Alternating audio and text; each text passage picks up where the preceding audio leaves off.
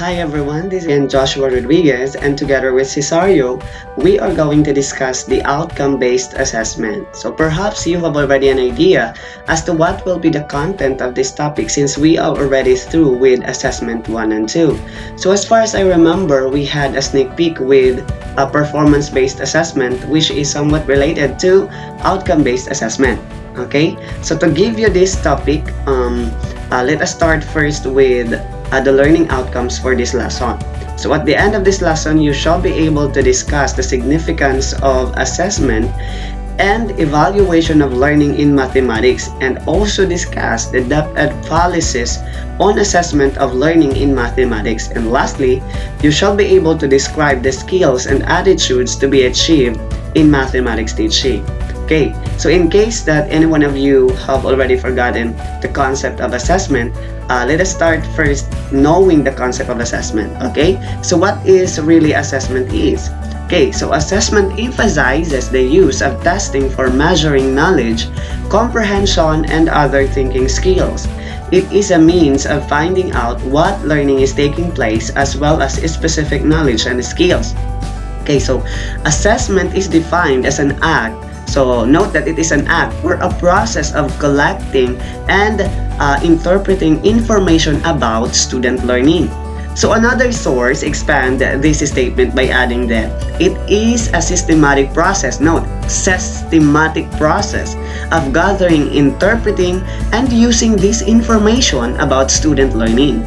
Okay, so it is a very powerful tool for educational improvement. Yes, so assessment is a great tool to improve the teaching or the learning process. Remember that.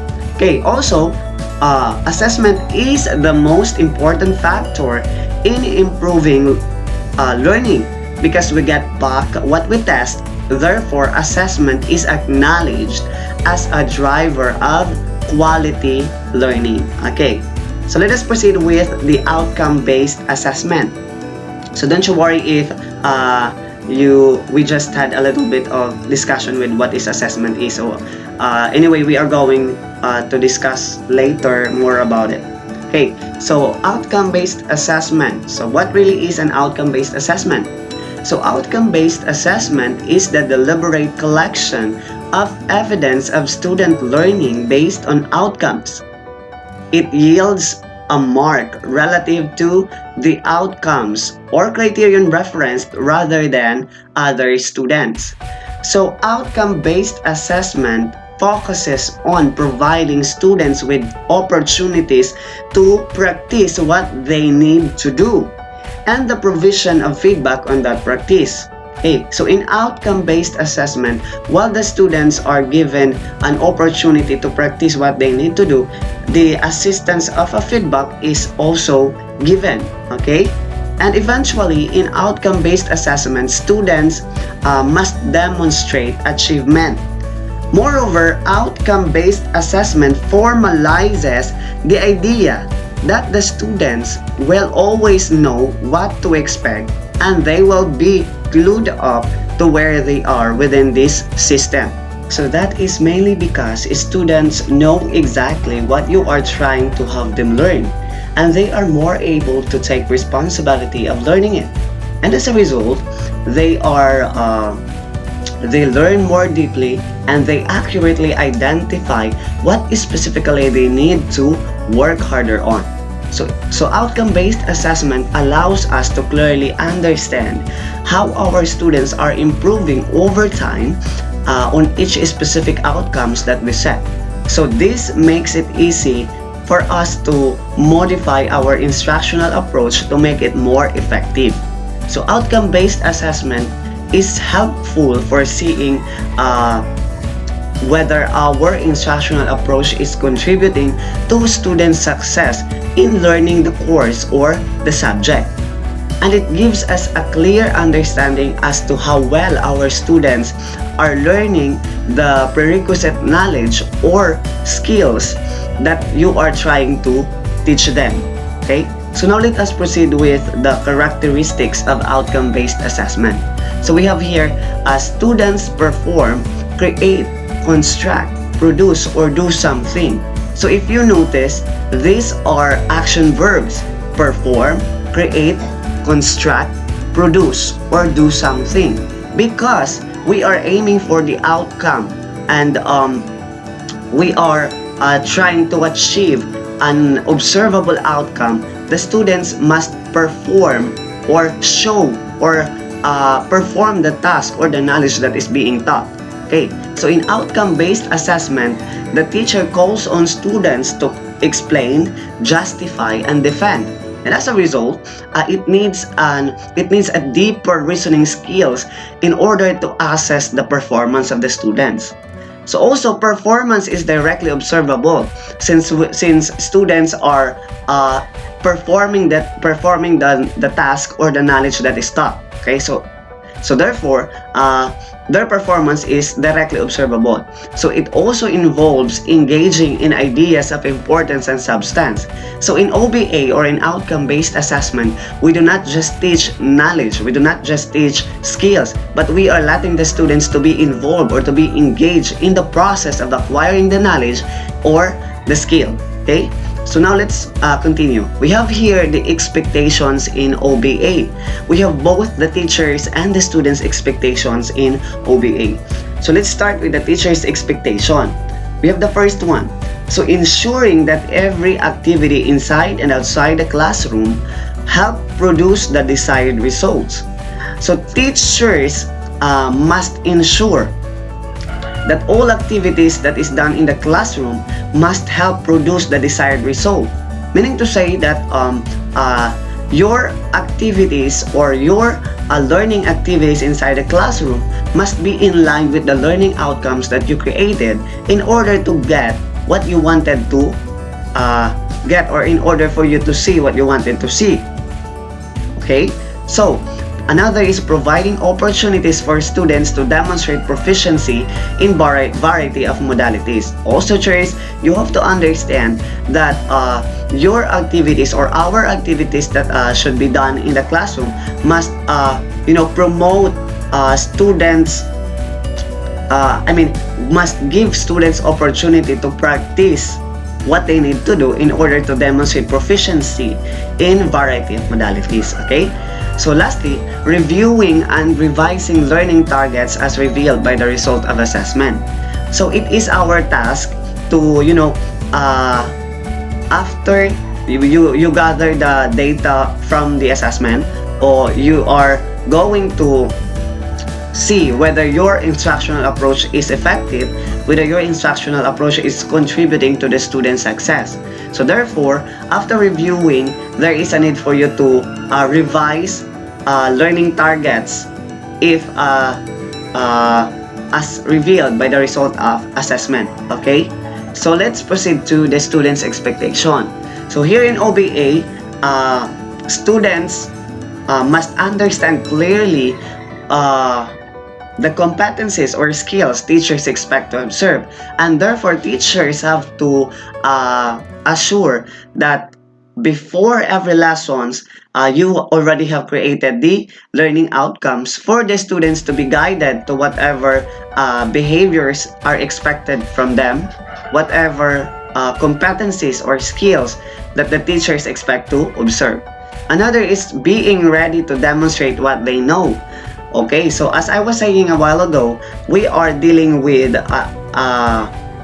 letting the students or engaging the student to the process of acquiring the knowledge, and therefore there is a need for them to perform the task or the skill that is taught inside the classroom, and therefore students are expected to be always ready to demonstrate what they know. Okay, so another is accepting responsibility for what they know, what they don't know, okay, so since we are aiming for the outcome, so we are not just merely delivering knowledge or skill or teaching skill. So we are aiming for the outcomes, and therefore there is a need for the students to accept what to accept or to tell the teachers or to show what they don't know in order for the teacher to assess this learnings or this specific targets that the students still don't know. Okay, so another is being prepared to continue achieving and reaching high performance. So students must be always prepared to soaring high, to achieving high, and reaching the high performance, meaning to say that they have to exceed in the class, they have to exert more effort in learning the task, okay, or in learning the knowledge or the skills that are being taught inside the classroom. Okay, so let's now proceed to the rule of assessment in teaching and learning process. So the main aim of assessment is to collect information of learners' achievement and progress and provide direction for ongoing teaching and learning process. Assessment can be done through both formal and informal activities. Assessment in mathematics refers to the process of identifying, gathering, and interpreting information about learners' mathematical learning. So assessment is the means which deduces what learners know and what they do not. Okay? It suggests teachers, learners, and parents and policymakers of what something or of something that is the learners or the students have learned already and what more should be done in order to improve performances in mathematics. So let's first discuss the assessment for learning. So this is the first rule of assessment in the teaching and learning process. So assessment for learning occurs during the learning process. This approach of assessment helps teachers to appraise the learners, to monitor their learning, and guide the instruction at process and provide feedback helpful to learners. So in this rule of assessment, it takes place during instruction or during the process of the acquisition of the knowledge or the skill that is being taught. Okay? So this could be a recitation or a type of recitation while the discussion is going on. Okay? So you can ask your students a certain question, and after answering that particular question, it should be followed by a feedback. We provide the feedback as teachers, okay, so that the students would be guided. Okay, so let's proceed to the next rule, which is assessment as learning. So this means an awareness of learners regarding how they learn and use that awareness to make necessary adaptations in their learning process. So after you give a certain task or a certain or assessment to the students, after they receive the result, they will be able to realize what they need to improve and what they need to retain, and that is why this is the rule of assessment as learning. Okay, the next one is assessment of learning. So assessment of learning refers to a review process which occurs at the end of a learning unit. It provides measures of achievement for the purpose of grading. So if the first one occurs during the acquisition or the process of the acquisition of the knowledge, assessment of learning occurs at the end of a learning unit. Okay, so this could be a summative test, this could be a final exam, a midterm exam, and its purpose is for grading. Okay, so assessment of learning, assessment for learning, and assessment as learning. So what's the difference between these three rules of assessment? Okay, so the first one is it occurs during the lesson and could be a tool to improve learning, to inculcate more knowledge, to guide students upon towards achieving high performance. And another one is assessment as learning, which lets the student to realize what they need to improve and what they need to retain. And also assessment of learning, which occurs at the end of a learning unit, which its purpose is to grade or for grading. Okay, so let's now proceed to subjective versus objective test. So this is a differentiation between objective test and subjective tests. So objective test consist of factual questions requiring extremely short answers that can be quickly and ambiguously scored by anyone with an answer K, thus minimizing subjective judgments by both the person taking the test and the person scoring it. On the other hand, a subjective test is evaluated by giving an opinion. It can be compared with an objective test which has right or wrong answer, and so can be marked objectively. Subjective tests are more challenging and expensive to prepare, administer, and evaluate correctly that they can be more valid. Okay, so objective tests are those tests that requires the student to choose the correct answer from a series of options. Okay, so examples are multiple choice, matching type, and true or false. Okay, so while the subjective tests requires the student to supply an answer, so could be an essay type of test, and scoring will depend on a certain criteria. Okay, so for your information, in outcome-based assessment, we are more of subjective because we are assessing the performance, or we are assessing the directly observed performance. Okay, so let's proceed to evaluation through formal and informal methods. So evaluation is defined as a process of collecting evidences and behavioral changes and judging the directions and extents of such changes. Okay, this means that evaluation is free neither from instructional objectives nor from the teaching learning. Okay, so there are two types of evaluation. We have the formative evaluation and the summative evaluation. So the goal of formative evaluation is to monitor student learning, to provide ongoing feedback that can be used by instructors to improve their teaching and by students to improve their learning. So formative evaluation is used during the teaching learning process to monitor the learning process. So this kind of evaluation is developmental in nature. The aim of this evaluation is to improve students' learning and teachers' teaching. So generally, teacher-made tests are used for this purpose. The test items are then prepared for limited areas only, or limited content area.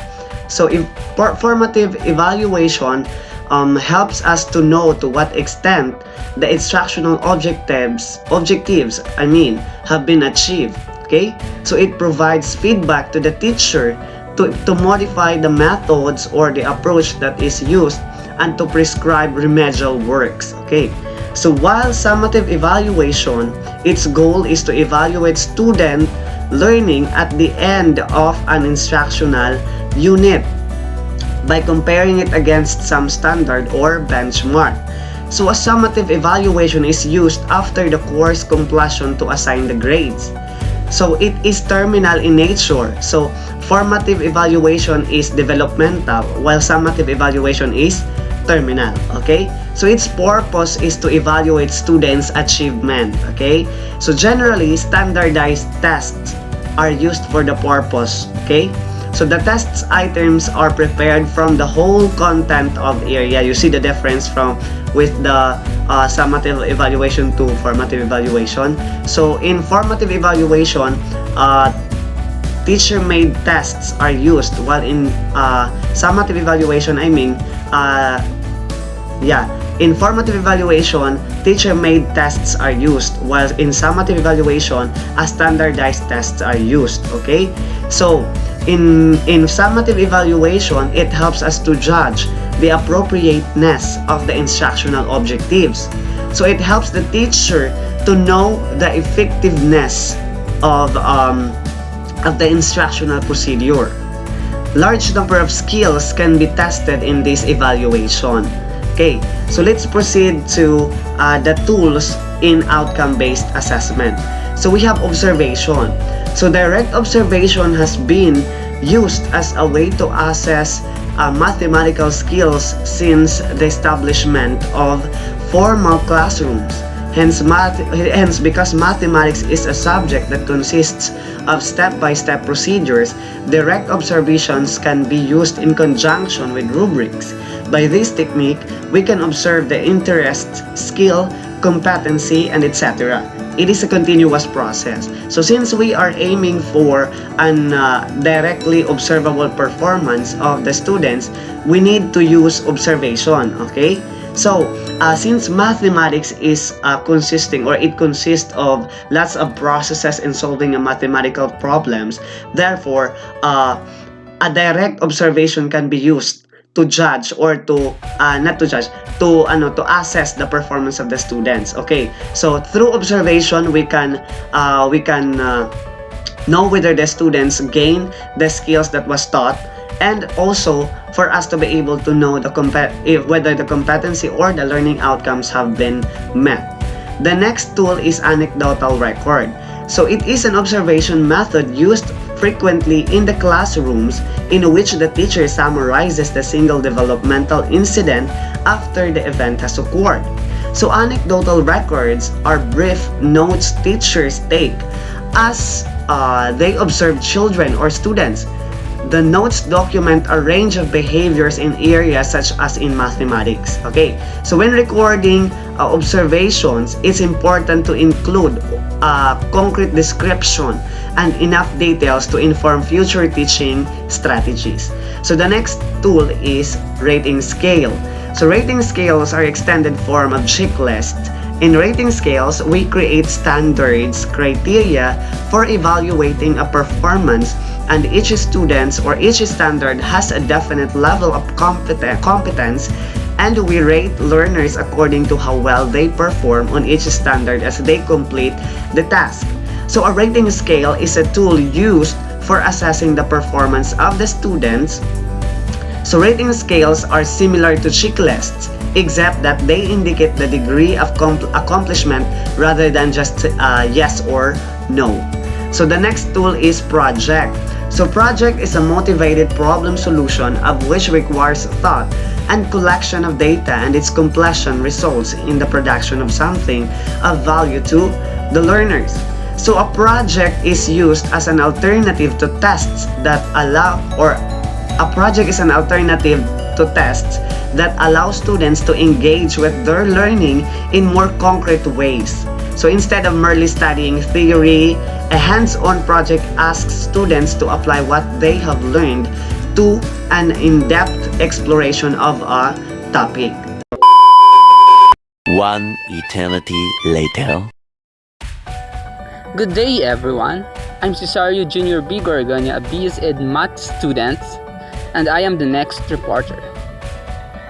So the topic that I'm going to discuss is all about the DepEd policy guidelines on assessment for the K-12 program.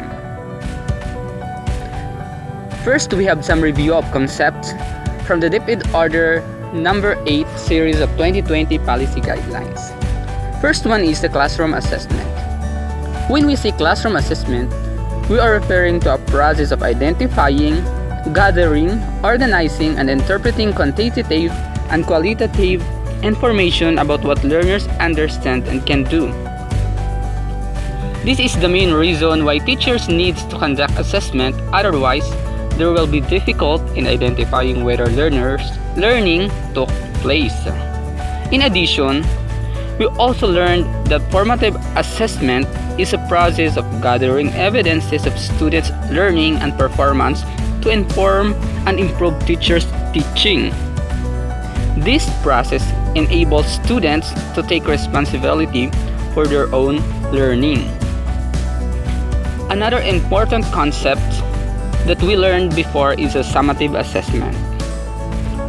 Summative assessment is an assessment that is usually administered towards the end of the learning period to measure the extent to which the learners have mastered the essential learning competency, the results of which are recorded and are used to report the learner's achievement. We also learn about grading. Grading is a means of reporting assessment by data by assigning value to other results as a record to students' ability, achievement, or progress. We also have written works as stipulated in the DepEd Order number 8 series of 2015. Written works refers to a various task whereby students can express their skills and content in a written form. These include quizzes, reaction or reflection papers, journals, assignment, and etc. Performance tasks, on the other hand, or the PT, these are assessment activities designed to provide opportunities for learners to apply what they learn to real-life situations. This may include multimedia presentations, debates, on-hand exercises, physical activity participation, slogan and poster making, and etc. Last and the seventh one is the quarterly assessment or QA. QA, on the other hand, measures students' learning at the end of the quarter. So, we came now to the performance task. DepEd Order number 31 series of 2020 highlighted that teachers must ensure that the task must be accompanied with clear directions and appropriate scoring tools. For example, we should have checklists, rubrics, rating scales to help learners demonstrate their learning. Second is, teachers are advised to collaboratively design and implement performance tasks that integrate two or more competencies within or across subject areas. And third is, learners must be given flexibility in learning, considering the time and resources available to them. So, moreover, there are some DepEd policy principles. First one is, assessment and grading should have a positive impact on learning. This indicates that learning strategies are appropriately utilized to create encouraging teaching and learning process. Next is, assessment should be holistic and authentic in capturing the attainment of the most essential learning competencies. The third one is, assessment is integral for understanding students' learning and development. Thus, it must be carefully executed, whether it is done synchronously or asynchronously mode objective. And lastly, a variety of assessment strategy must be given for a mastery. So, let's proceed now to the planning the assessment. Teachers should ensure that all assessment activity should be aligned with the most essential learning competency, which they should be reliable, valid, and transparent. Likewise, assessment activities must be fair, inclusive, and equitable. And it should be practical and manageable for both learners and teachers. Then, it should give learners the range of ways to demonstrate the learning. And finally, it must provide relevant, giving timely and accurate information for feedback. So we're already done discussing about DepEd policy guidelines on assessment for K-12 program. Now, let's come to the skills and attitude in K-12 mathematics learning outcomes. So first, what does skills must be developed in mathematics? So there are 4 skills to be developed. Those are critical thinking, problem solving, teamwork, and independence. The first one is the critical thinking. Students have the ability to enhance and expand their critical thinking when learning mathematics. Students can develop this ability when confronting mathematical problems, identifying possible solutions, and evaluating and justifying the reasons for the result. Critical thinking is a key factor in separating the student who can do math for those who truly understand what they are doing. When students do math, they can perform computations and explain concepts because they've learned formula and definitions through practice and rote memorization. They don't necessarily know why the formula works, but they can use it. On the other hand, students who have been taught to think critically in math can explain why a formula works, and they can trace the steps used to define a concept. Not only they can solve problem, but also they can explain the logic behind the process they use to reach a solution. So the next skill is a problem solving. In problem solving, students learn to solve problems in mathematics primarily through doing, talking, reflecting, discussing, observing, investigating, listening, and reasoning. So the importance of problem solving in learning mathematics comes from the beliefs that mathematics is primarily about reasoning, not memorization. So it is most primarily about reasoning, not memorization. The third skill is teamwork. So in teamwork, we need collaboration. Collaboration is a philosophy of interaction and personal lifestyle where individuals are responsible for their action, including their learning and respect the abilities of contributions of their peers. One way to improve learners' teamworking skill is to work in ways that encourages collaboration and sharing mathematical journeys in smaller and larger groups on a regular basis. This is an important skill to learn and practice, as it will give you experience in working with others you may not normally connect with. Learning teamwork skills will set you up for success down the road when you will need to work with others in your workplace. The next and the final skill is the independence. Developing independence and self-management skills during math class helps the students achieve their math goals. And doing so, it also helps them learn what they that were transferable to their learning or any kinds of learning. So, let's come now to the attitudes in mathematics. How can we improve the students' learning experience about these attitudes? So, whether positive or negative attitudes towards math often reflect the students' values, self-confidence, enjoyment, motivation, and anxiety levels when it comes to the subject. Students' attitudes towards math can affect their overall achievement.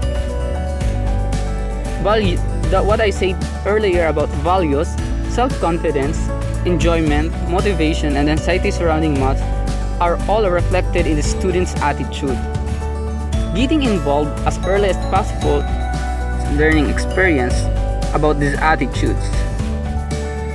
So, whether positive or negative attitudes towards math often reflect the student's values, self-confidence, enjoyment, motivation, and anxiety levels when it comes to the subject. Students' attitudes towards math can affect their overall achievement. What I said earlier about values, self-confidence, enjoyment, motivation, and anxiety surrounding math are all reflected in the student's attitude. Getting involved as early as possible is the best way to prevent long-lasting negative attitudes towards math. So, there are some positive attitudes in mathematics or towards math. Students who have more confidence in math enjoys math. So because they have confidence, they enjoy what they are doing.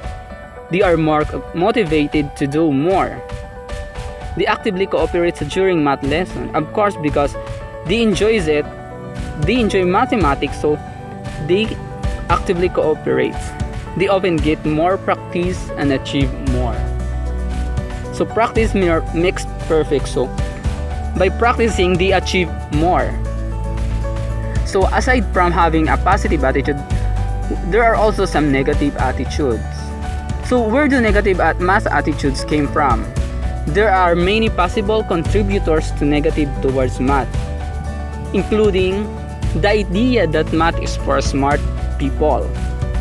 Since you first encounter math, it looks so complicated that most of the students thinks that only smart students can do and understand math. Also, one of the negative attitudes towards math is the perception of math as a boring subject. Some students thought that math is a boring subject, especially if they do not have interest in it. But if you put your interest and love on mathematics, you will realize that math is not boring and it is fun. So the next negative attitudes towards math is students with low significance or nervous about learning materials except for mathematics. It will be difficult. They feel that they are naturally weak in math and worry more about math subject than any other one. And also being overwhelmed by complex and difficult problems. The more complicated math problems they encounter, the more pressure they are. And lastly, we have the inability to understand relevance in mathematics. So this inability to understand the relevance in mathematics in the real world, one of the negative attitude towards math that the students can think, especially if they don't know how to apply mathematics in the real world. So after the positive attitudes, there are some higher achievement in mathematics. Students with higher achievement in math have more confidence in their abilities. This is the values of math, and they often have positive attitudes towards it. So the relationship between attitudes towards math and the learning outcomes is bidirectional. The positive attitudes towards math can lead to a higher achievement. And that's the end of our presentation. I hope that you've learned something from this video. Thank you for listening and have a great day ahead.